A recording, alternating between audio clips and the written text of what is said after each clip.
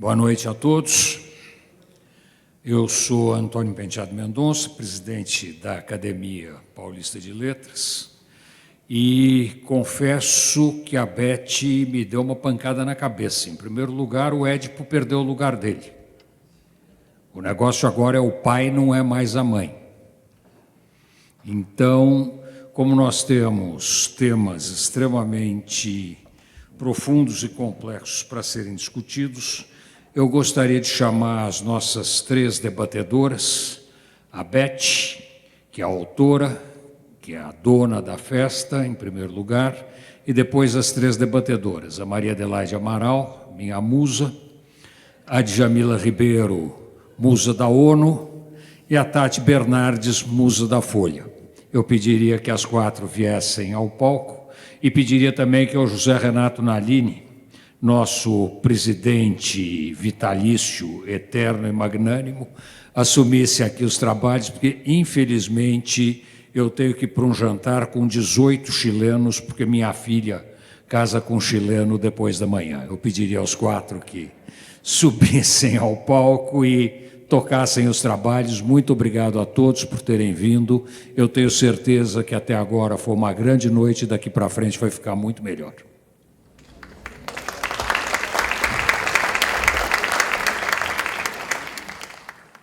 Boa noite a todos. Eu acho que todos estão querendo ouvir a Beth, não é? Para que ela comece a contar para a gente como é que foi essa experiência, primeiro do convívio com Lacan, né? A intimidade que ela teve com Lacan, e depois os dois livros e o filme. E Maria Adelaide e Djamila também, evidentemente, vão conversar, e para isso nós estamos aqui. A Beth agradece a todos os que vieram, e tenho a impressão de que vocês estão ansiosos para ouvi-la, e eu também. Confesso que a minha emoção é grande demais, porque foi uma volta ao mundo em 50 anos. Isso começou quando eu tinha 28 e hoje eu tenho 78. Eu sou uma jovem velha senhora, imortal. Bom, vou me ater ao propósito do evento. Não posso falar da minha experiência com Lacan, porque isso levaria muito tempo e porque, na verdade, eu fiquei muito surpreendida com o filme. Foi a segunda vez que eu vi. Eu tinha visto... O filme foi lançado em 2021, em Paris, durante o confinamento. Lançado é modo de dizer. Ele foi apresentado pela primeira vez num lugar tradicionalíssimo, que é o Studio des Ursulines, um lugar frequentado pelos surrealistas, que o Richard Leeds, o maravilhoso diretor desse filme, a quem eu sou infinitamente grata, porque eu gosto muito do que ele fez. Então, antes mesmo de falar do tema do evento, eu quero ler o que o Richard Leeds disse sobre o filme. Ele diz o seguinte: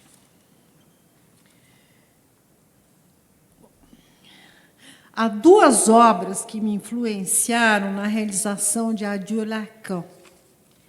In Treatment, a série televisiva americana de 2008, foi um ponto importante de comparação, um exemplo do que eu não queria fazer.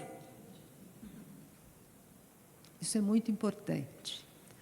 A câmara no In Treatment, está sempre paralela ao solo e ao nível dos olhos quando ela passa de um ponto para o ponto oposto. O uso permanente da câmara paralela ao solo servia para representar a relação de equilíbrio nascida do respeito entre o médico e o paciente. O que eu queria representar era a experiência subjetiva da transferência na psicanálise. Queria expressar com a câmera os sentimentos de ignorância e de impotência que se manifestam na transferência. Por isso, pedi à diretora de fotografia que olhasse comigo Jeanne d'Arc. Acredito que vocês conheçam esse filme. Jeanne d'Arc, o filme de Dreyer, de 1928, com Falconetti no papel principal. O meu trabalho se fundamentou no filme de Dreyer. Isso é o que o Richard declarou, e eu quero ainda dizer que foi ele que introduziu Lacan no cinema, o grande analista do século passado. E, com esse passo, a psicanálise americana poderá se tornar menos utilitarista e mais humana, de modo que eu sou infinitamente grata ao Richard Leeds. Isso posto, vou dizer algumas palavras sobre o tema do evento, que é arte e psicanálise. Na verdade, o título é redundante. Eu digo isso porque, embora a ciência seja fundamental para a teoria psicanalítica, a prática clínica é uma arte. Num dos seus seminários, Lacan disse que não era suficientemente poeta para ser um grande analista. À sua maneira, o analista é um poeta. Foi o que eu disse quando eu entrevistei Otávio Paz em Paris sobre A Dupla Chama, um ensaio sobre o amor, o último que ele escreveu com mais de 80 anos. Otávio Paz me disse que o analista precisava de resmas e mais resmas de papel para expressar o que o poeta expressa com uma única frase. Eu ouvi e não concordei, por ter me lembrado de um dos neologismos do Lacan.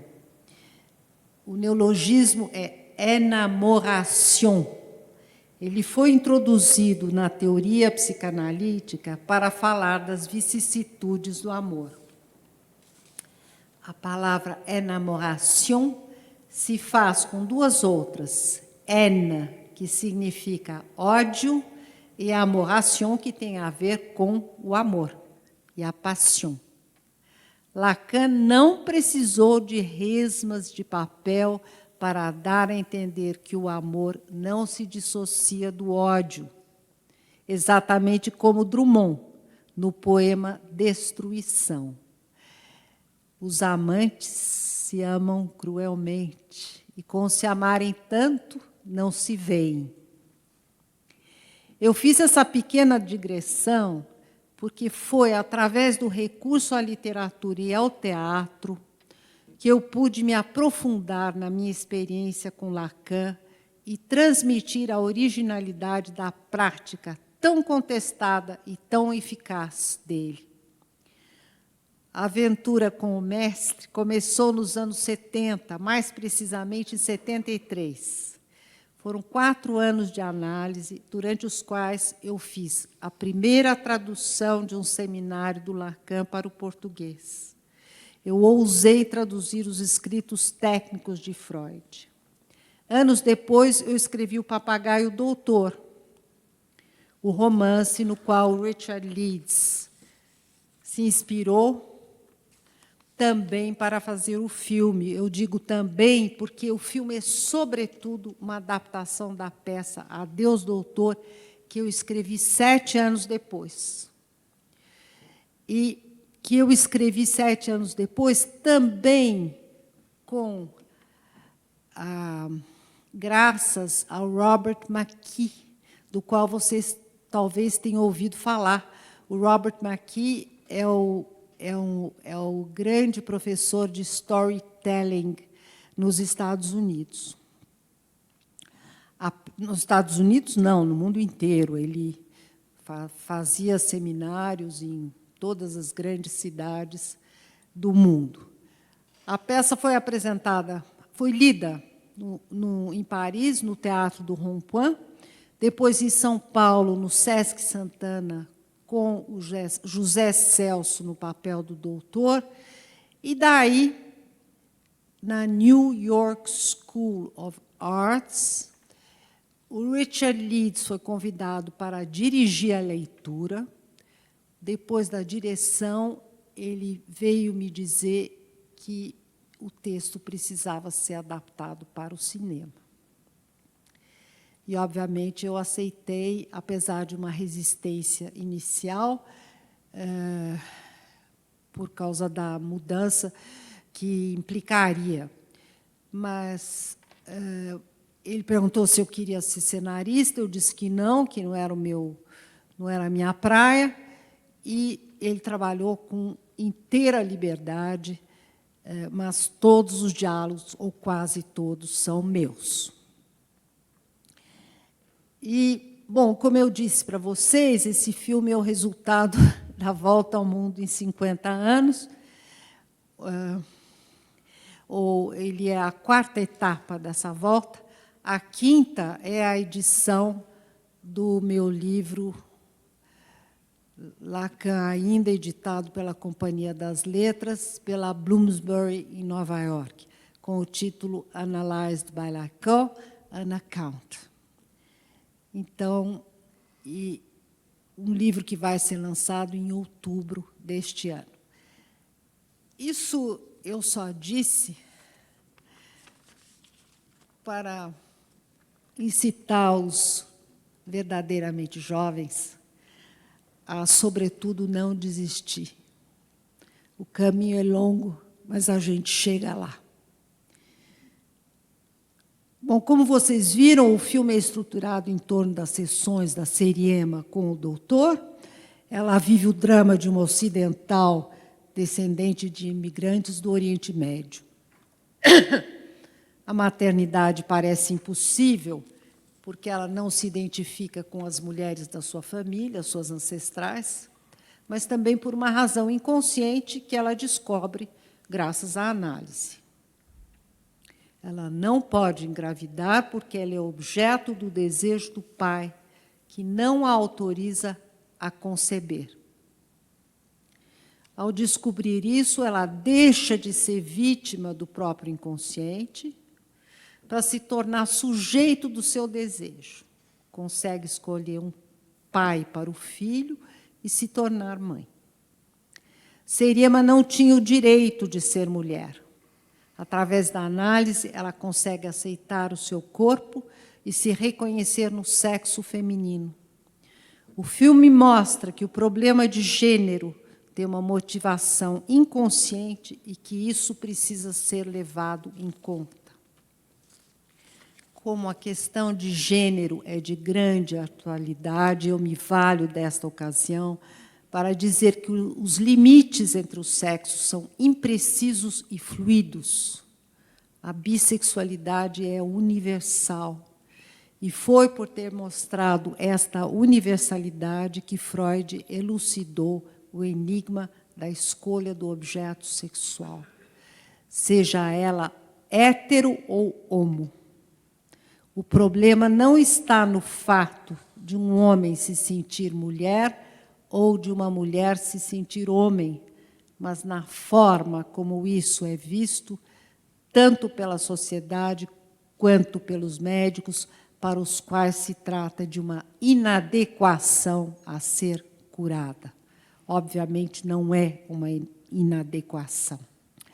A heroína de Adieu Lacan é vítima de um preconceito em relação às mulheres que a impede de assumir as vicissitudes do seu sexo, e ela só se libera graças à escuta pertinente do doutor.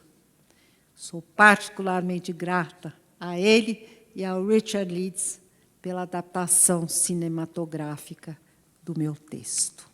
E agora...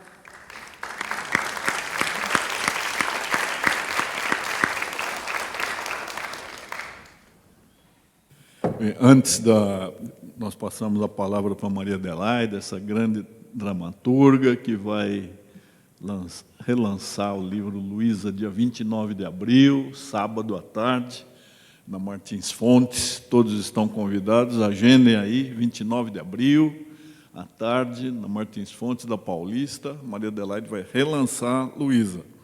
Mas chegou agora aqui, vocês viram, uma mensagem. A jornalista Tati Bernardes pede desculpas, não veio ao evento, pois testou positivo para a Covid. Então, a Covid ainda está aí, né? Vamos nos cuidar. A Beth está sempre de máscara, proibir os beijos, não é, Gabriel? Então, agora a Maria Adelaide, então. Eu quero declarar que eu estou na 5ª dose, já tomei a 5ª dose, tá? Para o caso de alguém querer me beijar, vou adorar.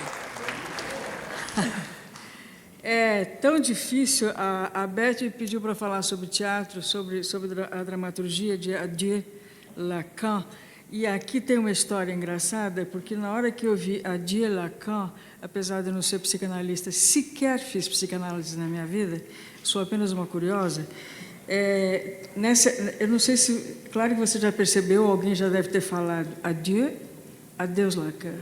Mas também, em francês, já que a gente está falando de Lacan, também tem adieu, adieu, ao Deus Lacan. E isso é altamente lacaniano, né? Então, eu me senti assim, meio que tentada a fazer, eu faço, não faço, né? Enfim, fiz. Eu fiz, porque a peça toda, ela tem esse sentido, não existe absolutamente nada gratuito na peça. Eu li o texto e vi o filme. O filme é praticamente a peça. Tem algumas alterações, mas elas são mínimas. É bastante teatral. Ele é bem fiel ao texto original. Mas é absolutamente inevitável fazer algumas considerações, digamos assim, psicanalíticas, porque não existe nada nessa peça. Essa peça é perfeita do ponto de vista dramatúrgico. Não existe nada gratuito, nenhuma palavra, nenhuma frase é supérflua. Tudo é absolutamente indispensável e tudo conduz. Ela é uma peça perfeita, perfeita. Toda ela conduz ao final. Existe, sendo que essa última parte que diz respeito à língua, que eu acho tão importante, na verdade, ela parece uma coda, porque o final foi aquela parte, foi a penúltima cena aquela cena que começa na antepenúltima, que ela fala do sonho que ela tem do pai, que ela tem com o pai, e que o pai apresenta o recém-nascido e se refere a esse recém-nascido como o nosso filho, para horror, porque o incesto é uma abominação. Apesar de que ele diz, não é uma fantasia de incesto, o Lacan diz, é uma fantasia de incesto, não é incesto, mas é uma abominação. No teatro, sobretudo, é uma abominação, porque a gente não pode se esquecer que o tema incesto ele começa lá nos gregos, né? E assim, uma grande tragédia, uma grande tragédia. E para a personagem é evidente que é uma grande tragédia. O saber, o tomar conhecimento disso é tão brutal, é motivo de vergonha, e é motivo de vergonha, e é motivo assim, motivo de total. Eu me lembro do Édipo. Ao saber por Tiresias que ele é filho da Jocasta. Eu me lembro assim perfeitamente, é o que me remete, é a cena que me remete do horror. O horror, essa palavra que os gregos gostavam tanto de usar. O horror, é o horror.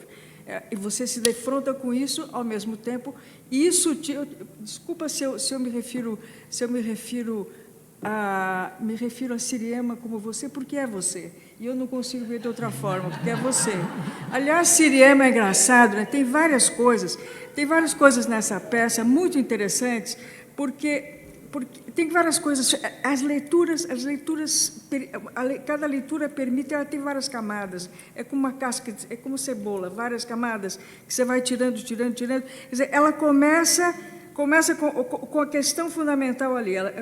Afinal de contas, por que você está aqui? Por causa da separação, pelos 2 abortos espontâneos, né? Eu nem sei como é que essa coisa, porque aqui tem miscarriage em inglês, mas em francês existe uma diferença muito grande. Eu sei disso, não é porque eu seja tão erudita assim, mas eu vou contar para vocês.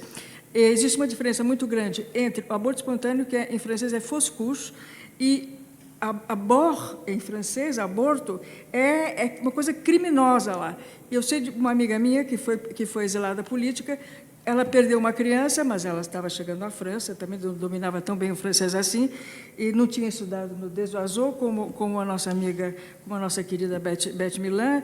Ela chegou lá e, quando ela entrou no hospital, perguntaram o que você tem, o que você tem. Ela disse assim, eu tive um aborto. E aí chamaram a polícia. Porque o que ela teve foi um aborto espontâneo, que é o fausse couche, né? Mas o fato é que 2 abortos, que ela, sendo que o segundo ela poderia ter evitado. É fantástico isso aí, na hora que você vê. Isso é invenção, viu? Isso é invenção. Não importa, pá, isso aí isso não importa. Isso não importa, porque o que importa é aquilo que aquilo que você escreveu. O que importa é aquilo que foi representado. O que importa é aquilo que o público assistiu. Aquilo que você pensou. Meu bem, é tão psicanalítico isso que você acabou de dizer. Pelo amor de Deus. Então, imagina que tem muitas camadas. Começa a falar de origem. Então, aquela coisa assim, você é selvagem, ela fala assim, como? É bem a pergunta do francês, ligada à história do bom selvagem, do bom selvagem e tal. Ele fica toda ofendida. E lá pelas tantas, ela diz, não, eu queria ser descendente de índio e de português, ou seja, ela queria ser, como aquelas meninas do Desoiseau, a nata da aristocracia paulista era. Descendente de quê? Exatamente, descendente dos portugueses e dos índios nesta cidade, nesse estado, nesta província, onde se falou a língua Nhangatu, né? Nhangatu até o século XVIII, quando aliás, até posteriormente, até o século. Eu tenho vários relatos de estudantes que vinham fazer direito na faculdade fundada em 1820 e pouco logo depois da independência, por Dom Pedro, e estudantes que chegavam de outras províncias e não entendiam, porque as mulheres na rua, ainda aquelas mulheres que ficavam atrás das gelosias, atrás daquelas persianas, e que se cobriam de panos para ir à missa, elas ainda falavam em Nhangatu, ainda falavam a língua tupi. Então, gente, tudo isso para dizer o seguinte, eu teria muita coisa para falar, mas eu acho curioso isso. Origem, a família, o patriarcalismo, que eu vou deixar para a Djamila falar, porque ela vai falar da questão de gênero, então, necessariamente, ela vai falar sobre isso. Há tantas questões. A questão da Maria, quando a Maria aparece, a Maria, assim, quando ela entra, e eu falei, gente, o teatro tem origem telúrica, o teatro é telúrico, o teatro tem origem nas festas báquicas, nas festas Baco em latim, mas em grego é a festa, nas festas dionisíacas, que eram. E ela é telúrica, ela não é apolínea, o teatro não é uma coisa apolínea, não é uma manifestação apolínea, é uma manifestação, é terra a terra, é a natureza, é o sexo, é o erotismo, é tudo que liga à terra, são os sentimentos mais humanos que se pode imaginar. Então, a Maria aparece como uma personagem telúrica por uma razão muito simples, porque ela se permite tudo, e ela, em se permitindo tudo, ela permite tudo à criatura que ela criou. Ela é pessoa, na verdade, que na família, naquela casa, na verdade, eu estou dizendo isso como se fosse verdade absoluta, mas é apenas aquilo que eu intuo, que a Maria é a única pessoa naquela casa em que a personagem se sente absolutamente à vontade para ser, ela é sinônimo de liberdade, para ser o que ela é. A única pessoa que te aceita como você é Maria. A única pessoa que permite que você seja o que você é, que em todos os sentidos, que te ama incondicionalmente, é a Maria. Essa figura é fundamental na peça, embora ela tenha pequenas aparições, mas o pouco ela é tão sintética, ao mesmo tempo tão vasta, e ela tem um papel muito mais importante do que... e ela tem um papel importante, porque você pontua, através na peça, a importância que ela teve, que ela foi, na verdade, a sua verdadeira mãe. Bom, eu vejo é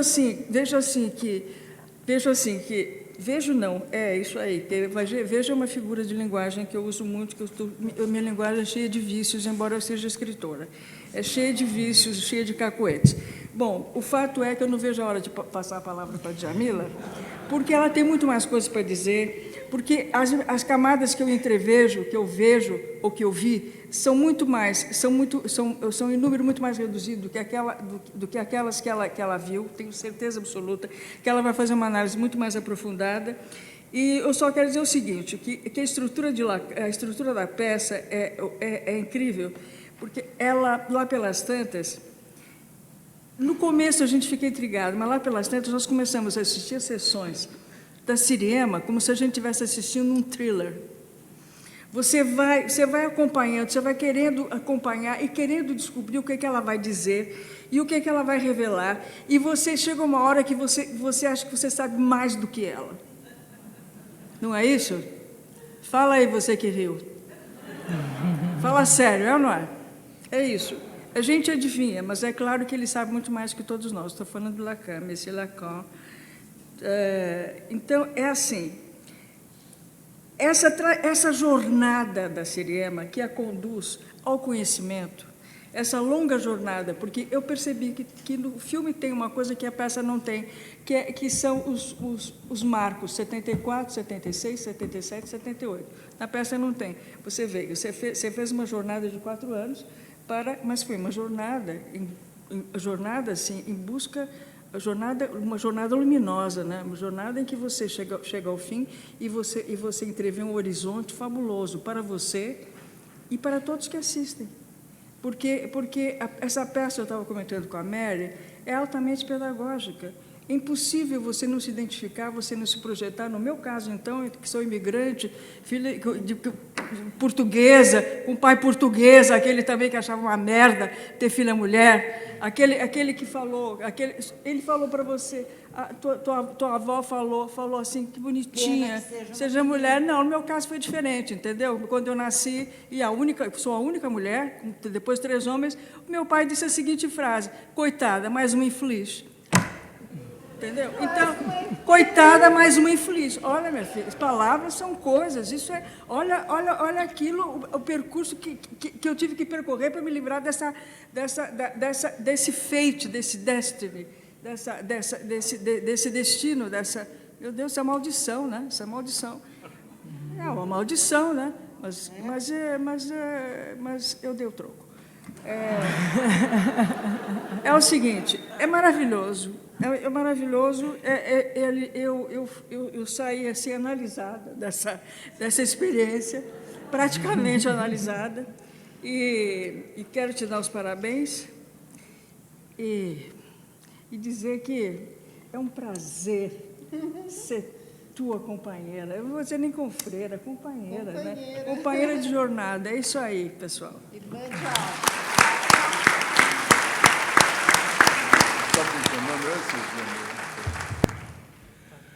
Bem, nós vimos a Maria Adelaide, a Beth. Nós temos um enorme orgulho das mulheres na academia. Vejam que nós estamos em março, mês da mulher, e a Beth resolveu fazer essa noite. Nós, de início, até resistimos, falando, olha, à noite, Largo do Arouche, não vai ninguém. e deu certo, e com essas mulheres maravilhosas. E agora nós temos a Djamila, que é a nossa caçulinha, né, a menina mais nova da academia, a mais recente aquisição, e que já está trazendo um brilho inexcedível para casa, né? Essa semana ela foi eternizada pela ciência, o nome dela, numa nova espécie de alga, né?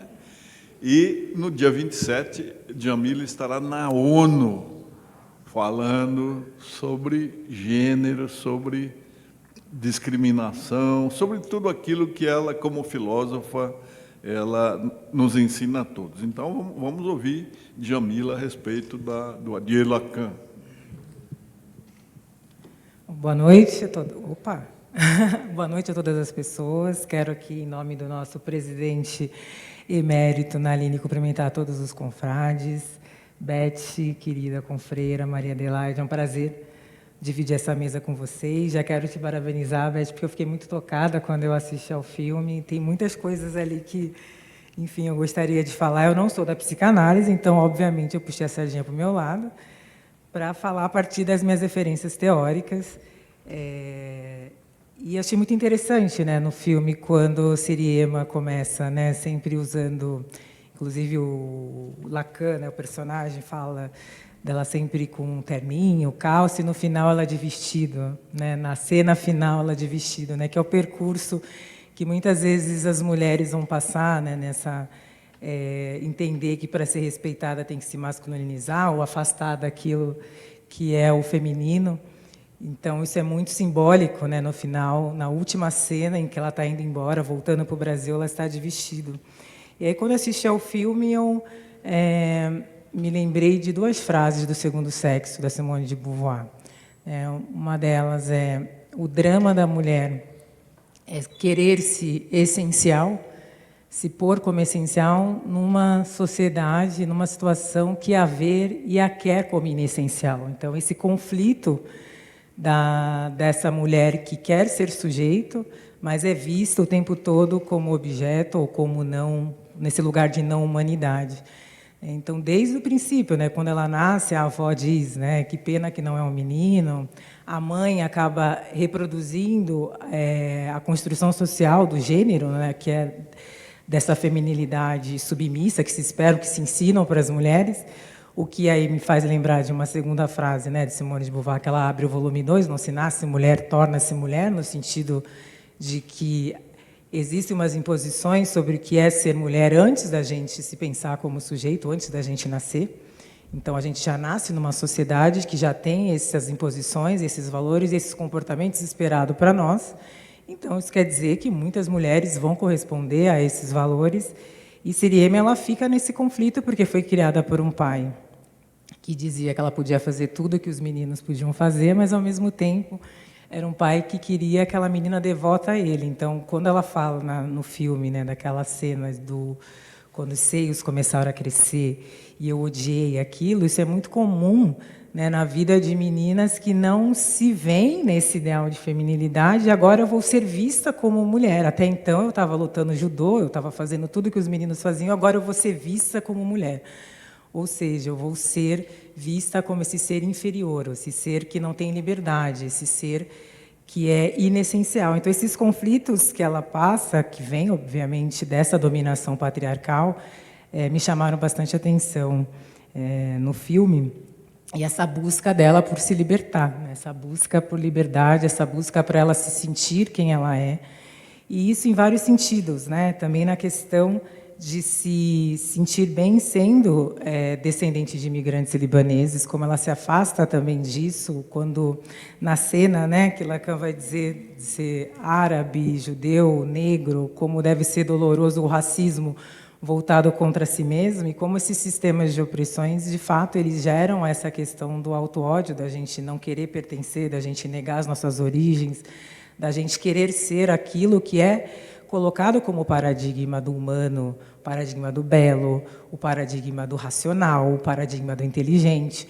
Então, são dois conflitos aí também de uma mulher com no sentido do seu sexo, mas também de uma mulher no sentido das suas origens étnicas, e que dialogam quando nós somos colocados numa sociedade em que as nossas origens ou aquilo que a gente é a partir do nosso lugar social como mulher é sempre colocado como no lugar de não humanidade, como outro, como objeto.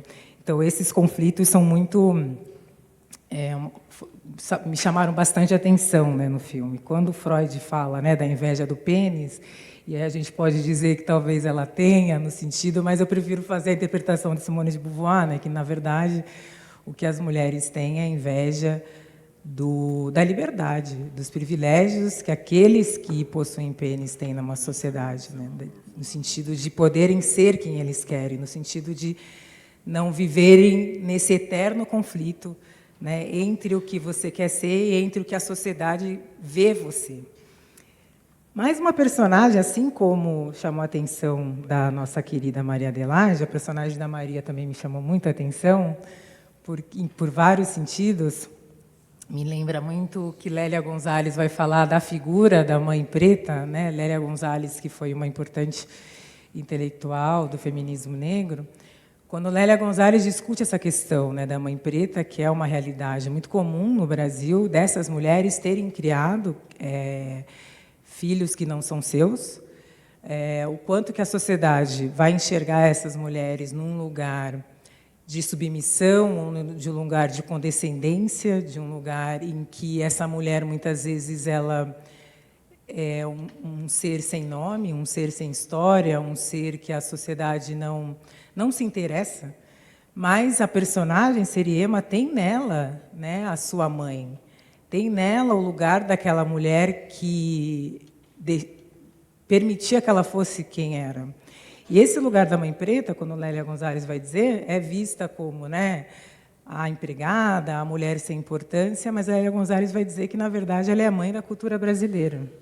E quando Seriema vai, o desespero dela quando ela perde, né, o talismã, o olho, porque foi Maria que me deu, foi Maria. Eu não acredito em magia, mas eu acredito na Maria, né? E Maria vem desse lugar da magia, do lugar dessas mulheres que dominavam esse lugar, que é muito comum na história das mulheres negras brasileiras, esse lugar do conhecimento, né, da magia, quando ela diz, Maria disse para eu fazer algo para a deusa da sedução, e aí me vêm várias figuras também das religiões de matriz africana, do quanto essas mulheres elas recorriam a esses saberes. E por mais que Seriema ela dissesse que não acreditasse, dizia, né, que não acreditava em magia, ela acreditava, né, porque quando ela perde o ouro, ela entra em desespero. E mostra o quanto que essa perspectiva que Lélia Gonzalez traz, né, que na verdade são mães da cultura brasileira, porque são elas que educam as crianças. Porque são elas que passam, como Lélia ia dizer, o preto gay, são elas que passam muitas vezes os valores, passam as suas visões de mundo a partir dos seus lugares de religião, de magia, e quanto que Seriema vê naquela mulher, de fato, a sua referência, o que ela não via na mãe, que foi uma mulher que acabou reproduzindo essa lógica, tornou-se mulher dentro daquilo que a sociedade esperava que as mulheres fossem. Então, esse personagem, ele também, para mim, ele é importante, muito importante no filme, na obra, porque, de fato, mostra essas mulheres pela perspectiva do sujeito, e não com uma perspectiva somente que a gente enxerga elas do objeto, de pessoas que a gente sequer considera, né, como sábias, sequer considera como mulheres que têm muito a nos ensinar.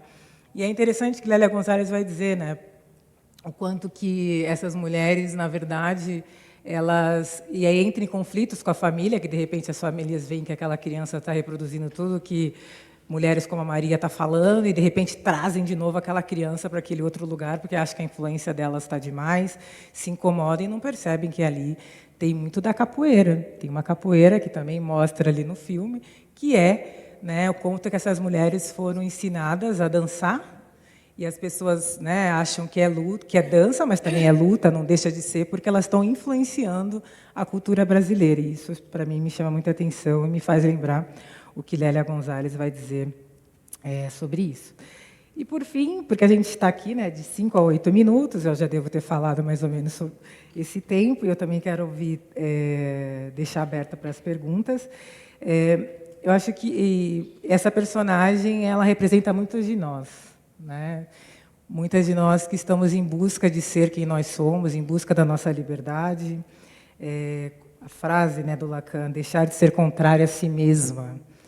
Essa frase, para mim, quero terminar com ela, porque acho que esses ideais de feminilidade, esses ideais que são impostos para nós, e quando a gente não se identifica com eles, de fato faz com que a gente viva uma vida sempre sendo contrárias a nós mesmas. Porque a gente tem dificuldade de se entender, a gente tem dificuldade de se colocar, a gente tem dificuldade até de encontrar de fato quem a gente é, quando a gente tem toda essa situação contra nós mesmas. E aí, para fechar com Simone de Beauvoir, ela dizia que a nossa liberdade vem quando a gente transcende, né, essa situação. E acho que a personagem, né, Beth, eu sei que a Maria falou que é você, mas eu estou aqui tratando como personagem, ela transcende, quando ela transcende essa situação que a coloca contrária a si mesma, que é a negação de quem ela é a partir dessas imposições de feminilidade, quando ela transcende essa visão que faz com que ela negue as origens dela, até porque ela sofreu muito na infância e que a levou ao auto-ódio, é quando, de fato, ela retorna para si mesma. É quando ela entende que as suas origens, na verdade, é o que, de fato, vão a libertar dessa situação de ser contrária, mas sim de ser a favor de si mesma, né? De encontrar essa liberdade. Então, acho que é isso, foi o que eu consegui entender no filme, a partir da minha perspectiva como quem estuda essas questões, mas, mais uma vez, queria dizer, Beth, que esse filme diz respeito a todas nós. Eu acho que todas nós, mulheres, independente dos entrecruzamentos que a gente acaba tendo que superar, transcender. É uma luta para a gente, uma vida inteira, para a gente conseguir transcender essas situações que fazem a gente ser contrárias a nós mesmas. Obrigada. Queria dizer uma palavrinha sobre a dança do Lacan, no filme do Doutor.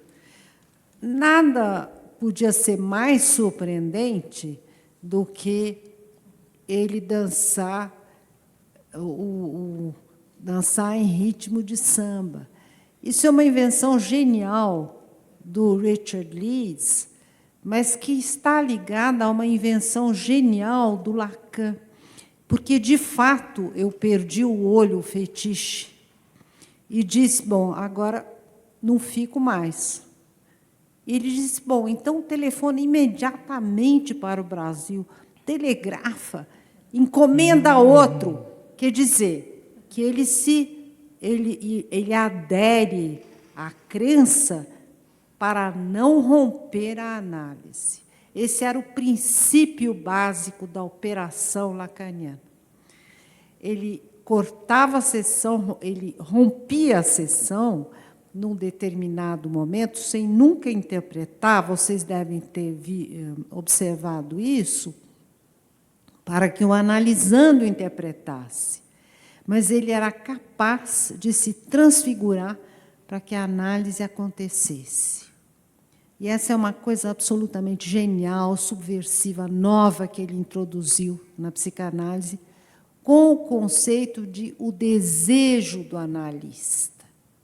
A análise acontece porque o analista deseja que ela aconteça. E o que eu procurei transmitir através dessa peça foi justamente essa metodologia que justifica a prática dele, que é completamente diferente de tudo que eu tinha visto e conhecido antes. Vá lá.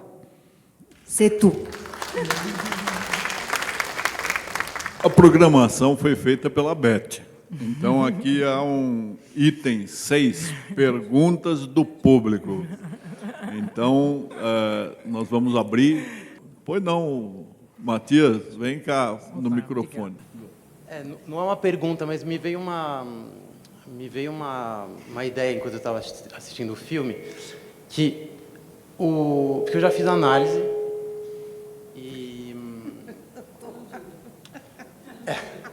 É minha mãe. Como é que ele sabe? Matias é filho da Beth. Não, mas não tem nada a ver com a relação mãe e filho. Não, é o seguinte, eu nunca tinha pensado no fato que deitar no divã te coloca numa posição de fraqueza física. Porque você está sentado, você pode sair fugindo, você pode levantar, você pode brigar com o analista. Ou não, né? Mas enfim. Mas deitado, você está numa posição de vulnerabilidade. E a Seriema, a atriz, a gente sente que até o momento em que ela deita, ela está muito irritada, né? Agressiva. Perante o Lacan, mas contra ela mesma também. A partir do momento que ela deita, ela começa a se acalmar. E, na verdade, o momento que ela deita, a gente sente que a fragilidade na qual ela se coloca dá força a ela para ela se transformar. E é isso. Eu achei que, apesar de ser homem, funciona também como análise para homem. Queria dizer que, Matias, o que acontece é que, na passagem para o divã, ela sai face a face da relação imagética com o analista e entra em contato com o discurso interior. Quer dizer, ela passa da relação imaginária para a simbolização. E é por isso que ela chega a descobrir a razão inconsciente pela qual ela não pode conceber. Então, essa vulnerabilidade na qual você aponta a força tem a ver com isso. A relação com a palavra vai mudar. Ela fica inteiramente disponível e à mercê da palavra. E é isso que permite a revelação, a descoberta. O Márcio, que é fotógrafo, sabe o que isso significa, porque a gente sai da relação narcísica quando passa do face a face para o divã. E aí as condições são de outra natureza. Por isso, não sei se isso está na peça ou na peça ou não, o Lacan diz para ela, quando ela passa para o divã e começa a chorar, ou seja, está numa situação de vulnerabilidade, que ela tinha conquistado o divã magistralmente, e agora o divã era dela. Ou seja, ela tinha passado de uma posição subjetiva para outra, que ia dar força a ela para se liberar. Márcio. Agora você me provocou. Eu acho que quando ele divide a tela em duas tiras horizontais, é a ruptura. É exatamente o momento de ruptura das duas mentes. Senti isso também. E a coisa dele escolher esse ângulo de cima é muito interessante também. É o Drey. Pronto. A Jeanne d'Arc. Pronto. O filme é magnífico. O livro, não sei. Tudo maravilhoso, parabéns. Diálogos, absurdo. Muito obrigado. Também me sinto analisado.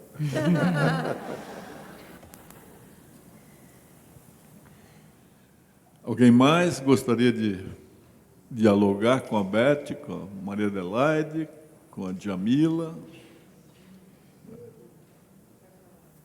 Boa noite, Hugo Rocha, sou repórter da Rede Vida. A gente debate bastante aí, vocês falaram bastante da relação da Seriema com o pai. E ela fala da mãe de uma forma um pouco ríspida, né? Mas a Djamila fala no fim da Maria, não é?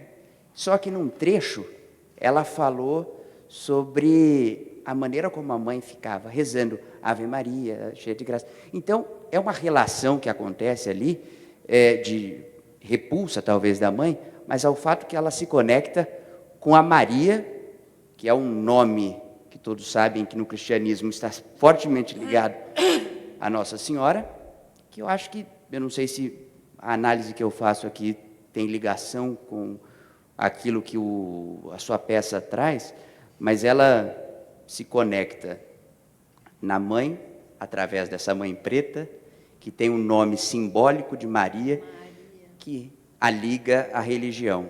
Não sei. Eu nunca tinha pensado nisso, mas vocês se lembram que o Gilberto Freire dizia que a mãe ensinou o latim e o francês, e o Brasil ele aprendeu com a Isabel, com a babá, com a Maria dele.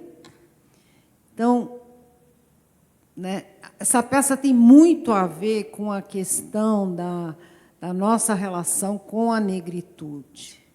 E eu acredito mesmo que se naquela época em que eu escrevi isso, há muito tempo atrás já, eu tivesse lido Laurentino Gomes, eu não teria criado uma personagem que queria ser descendente de portugueses.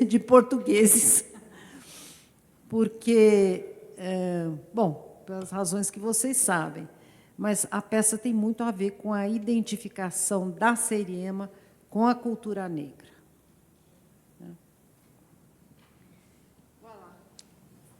Por favor.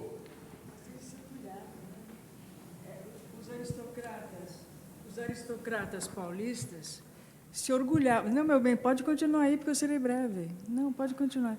Os aristocratas paulistas se orgulhavam muito da sua ancestralidade. Eu acho que essa questão, essa discussão ética, essa discussão histórica, ela é muito anterior ao Laudelino, mas, de qualquer maneira, isso sempre foi motivo de orgulho, né? Eu sou descendente dos bandeirantes. Eu vi várias vezes, eu mesma, que era uma pobre, de uma coitada, de uma fudida, de uma imigrante, escutou várias vezes isso. Escutou várias vezes, não, porque que eu vi na caravela, os meus ancestrais vieram na caravela de Martim Afonso de Souza. Eu falei, pô, mas nem o Eugênio Seco, cabia tanta gente, né? É verdade, que veio tanta gente, né? Mas nem veio numa caravela, vem tanta gente assim, mas parece que veio, né? Fala, meu bem. Boa noite. Meu nome é Paulo Fernando Souza Campos, eu sou professor de História. E acho que a fala do repórter me também me atravessou por conta que no escritório de Lacan a gente vê muitas imagens, máscaras, né, os bonecos, né, as estátuas e tudo aquilo remete para essa ancestralidade. E eu, na minha loucura aqui, essa semana a gente teve um evento no Brasil que atinge a massa e que uma mulher foi chamada de mami porque cuidava, num programa que atinge uma população muito grande no Brasil. E aí eu particularmente estudei esse lugar da mulher negra no cuidado. Pareceu que, naquele momento, havia um achatamento desse lugar da mulher porque ela cuidava. Mas, quando eu vi aqui o filme, eu percebi a todo momento que o escritório, o espaço onde ele atuava, era extremamente africano. E porque ali tem essa coisa da ancestralidade que eu gostaria que a Djamila pudesse se encontre aí alguma ressonância, porque parece que é uma via de mão única, né? E acredito que a história não é uma via de mão única, né? E então, assim, eu percebo também esse lugar, porque quando profissionaliza o cuidado, as mulheres negras são eliminadas dessa profissão, que hoje a gente chama de enfermagem, por exemplo. Né? E aí é muito interessante isso, eu vi isso no filme, a todo momento, a mulher, a secretária do Lacan, que também é uma mulher negra, então, assim, a mulher negra, a ancestralidade negra, e que me lembrou também esse mulherismo africana de Cleonor Woodson Wins, né? Quando ela fala dessa dororidade, eu vou colocar assim, não só uma sororidade, porque é diferente, né? Uhum. Ela tem que ir. Tem que ir. A Maria Adelaide precisa sair. Obrigada, Maria Adelaide, pela sua leitura, pela sua presença. Você é uma dramaturga pela qual eu tenho a maior admiração. O Brasil inteiro.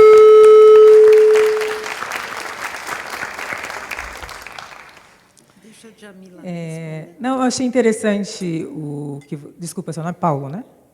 Que você trouxe, Paulo, porque, de fato, a partir de um olhar, né, colonial, essas mulheres são sempre colocadas nesse lugar de objetificação ou de não humanidade, quando, na verdade, elas também são sujeitos dessa história. Eu acho que é a perspectiva nossa de contar essa história que precisa mudar, até porque, por uma questão histórica, a grande maioria dessas mulheres foi forçada a esses lugares. A gente está falando do Brasil, de um país que teve quase 4 séculos de escravização e que essas mulheres saíram desse lugar de escravizadas para o trabalho doméstico por uma mera questão de falta de políticas e tudo mais, de reparação. Então, a grande maioria delas, né, vem desse lugar. Mas isso não quer dizer que essas mulheres não trazem, apesar das desigualdades, que elas não trazem os seus saberes, a sua intelectualidade, que elas não constroem esse país. Eu acho que é o nosso olhar que ele precisa mudar. Por isso que eu achei importante trazer Lélia Gonzalez, quando ela diz, na verdade, elas são mães da cultura brasileira e as pessoas não estão nem se dando conta disso. Elas estão reproduzindo o que essas mulheres ensinaram, mas estão ainda colocando, não vendo essas mulheres nesse lugar de humanidade.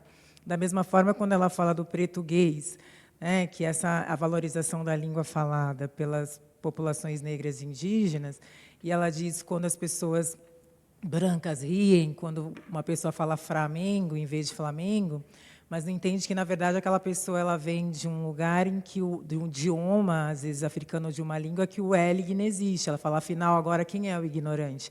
Então, é o paradigma que precisa mudar, porque enquanto a gente olha essas pessoas sempre em oposição, e Beauvoir também vai falar isso no Segundo Sexo, o Grada Quilomba também vai falar isso, o quanto que esses grupos discriminados são sempre vistos em oposição, e não a partir de si mesmo. É sempre aquele que não é racional, aquele que não é humano, aquele que não é belo, sempre ao contrário daquilo que é colocado como o padrão de humanidade. Então, esse olhar precisa mudar, porque essas referências, essas construções, elas estão presentes no nosso país, assim como estão presentes na França, uma vez que a França também teve seus processos de colonização, e hoje ainda mantém uma série de departamentos, enfim, mas essa é uma outra conversa, mas o quanto que as civilizações africanas também civilizaram o mundo, apesar dessa insistência, muitas vezes, desse olhar colonial, e não enxergar o quanto que eles foram influenciados por essas culturas. Então, eu acho que essas mulheres precisam ser alçadas a esse lugar de humanidade. E aí, para finalizar, também tem a questão do cuidado, né? Então, a gente menospreza muito o lugar do cuidado. E aí, muitas intelectuais, como François Véger, vai dizer essas mulheres, na verdade, são as mulheres que, sem o cuidado, a sociedade não existe. Para você poder sair de casa, para poder trabalhar, alguém cuidou. Seja a trabalhadora doméstica, seja a sua mãe, uma mulher está cuidando para que a sociedade funcione. Só que esse lugar do cuidado, dentro de uma sociedade patriarcal, ele é colocado como um lugar menor. Você só faz isso, você só é dona de casa. E aí eu me identifico muito com a personagem, porque eu também me distanciei da minha mãe nisso. A minha mãe foi uma mulher que cuidou, e eu dizia, eu não vou ser como a minha mãe, eu vou ficar cuidando. Eu fui criada para estudar. Meu pai me criou para estudar, para eu ganhar o mundo. Eu falo, credo, cuidar dos outros. E aí, quando eu me torno mãe, também que eu vou entender esse lugar e vou valorizar esse lugar do feminino, e que sem essas mulheres que cuidaram de mim, eu não estaria aqui hoje. Se meu pai me incentivou a estudar, alguém lavou um uniforme, alguém cozinhou a minha comida, alguém penteou o meu cabelo. A exaustão. E a gente não reconhece esse lugar do cuidado. Quem que penteou meu cabelo? Quem que fez a minha comida? Quem que passava minhas roupas? Né? Quem que, de fato, me educou ali dentro de casa, uma vez que meu pai saía para trabalhar? Então, acho que esse lugar do cuidado que precisa ser valorizado. A gente precisa mudar a forma como a gente olha para esse lugar, porque sem esse lugar a sociedade não existe. Verdade, Djamila. Bom, a Academia Paulista de Letras agradece muito a Beth Milan, a Djamila Ribeiro, Maria Adelaide Amaral, e a todos vocês que prestigiaram esse evento. Segundo as nossas mulheres, nós vamos ter outros eventos e vocês vão ser todos convidados. Muito obrigado, está encerrada a sessão.